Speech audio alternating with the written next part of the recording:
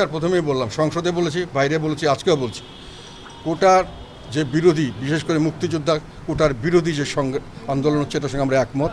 এবং এটা আমি আমার নিজের হিসাবে দেখেছি, এটা আমাদের স্বাধীনতা যুদ্ধের যে উদ্দেশ্য ছিল, স্বাধীনতা মুক্তি সংগ্রামের যে উদ্দেশ্য ছিল, তার সঙ্গে এটা সাংঘর্ষিক। এবং এটা আমাদের সংবিধানে যেভাবে আমাদের বর্ণনা আছে, সেইখানে আমি মনে করি এটা সংবিধানের সঙ্গেও সাংঘর্ষিক।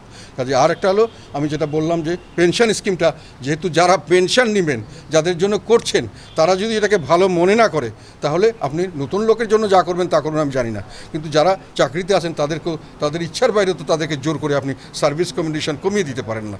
কাজে এটাও আমরা ওনাদের সঙ্গে আছি। এবং এটা আমি বলবো সরকারকে যে মানুষের দিকে তাকিয়ে থাকুন, মানুষের মনের কথা বোঝার চেষ্টা করুন, মানুষের সমস্যা বোঝার চেষ্টা করুন, তাহলেই দেশের মানুষ আপনাদের উপর ভরসা করবে। এখন দেশের মানুষ সরকারের উপর ভরসা করতে পারছে না, সরকার আস্থাহীনতায় ভুগছেন। আমি সংসদে এটাও বলেছিলাম যে সিঙ্গাপুরে আমি গেছি, বেতন কমিয়ে দিয়েছে বিশাল আকারের, কিন্তু একটা লোক না বলেনি, কেননা বলছে যে আমাদের সরকার করেছে, আমাদের ভালোর জন্য করেছে, ভবিষ্যতে আবার ভালো করবে হয়তো। এটা হলো সরকারের উপর আস্থা। দেশের জন্য একটা, সরকারের জন্য নয়, দেশের জন্য একটা বড় একটা শক্তি আমাদের সরকার, যে কোনো কারণে হোক সেই আস্থা রক্ষা করতে পারেননি, ধরে রাখতে পারেননি। স্যার একটা বিষয় বলি, আওয়ামী লীগ নেতারা বলছেন চীন, আচ্ছা চীন সম্বন্ধে, আচ্ছা আমি বলেছি, আমাদের এখানে যেটা তিস্তা প্রজেক্ট, যেটাই হোক, তিস্তা নদীতে মহাপরিকল্পনা, আমরা পানি পাচ্ছি না, আমাদের স্টোরেজ করে পানি একটা রাখার জন্য একটা পরিকল্পনা হচ্ছে, এটার পক্ষে আমরা সবসময় আছি।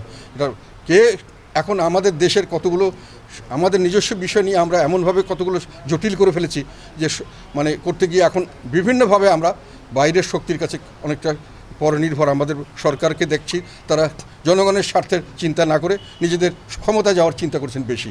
আমরা মনে করি যে এইগুলোর বাইরে গিয়ে দেশ ও জনগণের স্বার্থে যেটা করার দরকার সেটা করবেন, জনগণকে সাথে রাখেন, জনগণ আপনাদের সে ব্যাপারে সহযোগিতা করবে। যে যত লোন বিভিন্ন জায়গায় নেওয়া হচ্ছে, দরকার হলে যদি লোন নিতে হয়, এখানেও আমরা লোন নিয়ে করেন, এইসব প্রজেক্টে লোন নিলে তো সেটার জন্য সুফল আমরা সকলেই ভোগ করব। আর বড় বড় যেগুলো মেগা প্রজেক্ট করা হচ্ছে, সেগুলোর আমাদের দেশের লোক কতটুকু সুফল ভোগ করছে জানি না।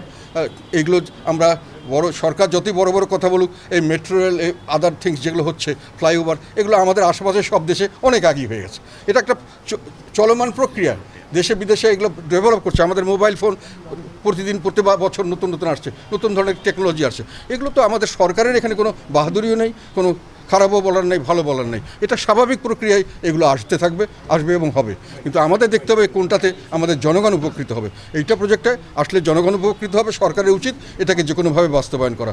সেটা আমাদের নিজস্ব অর্থায়নে করতে পারলে ভালো, নিজস্ব অর্থায়ন বলতে নিজস্ব লোন টোন করে বা আর যদি কারো দ্বারা কোনো ভালো সুযোগ সুবিধা পাওয়া যায় সেটা তারা নিতে পারেন। আমাদের কথা হলো আমরা এই প্রজেক্টটা চাই বলে ভালো হয়। স্যার একটা বিষয় হচ্ছে যে আওয়ামী লীগ নেতারা বলছেন যে চীন ভারত, আদারওয়াইজও আমি বন্ধু।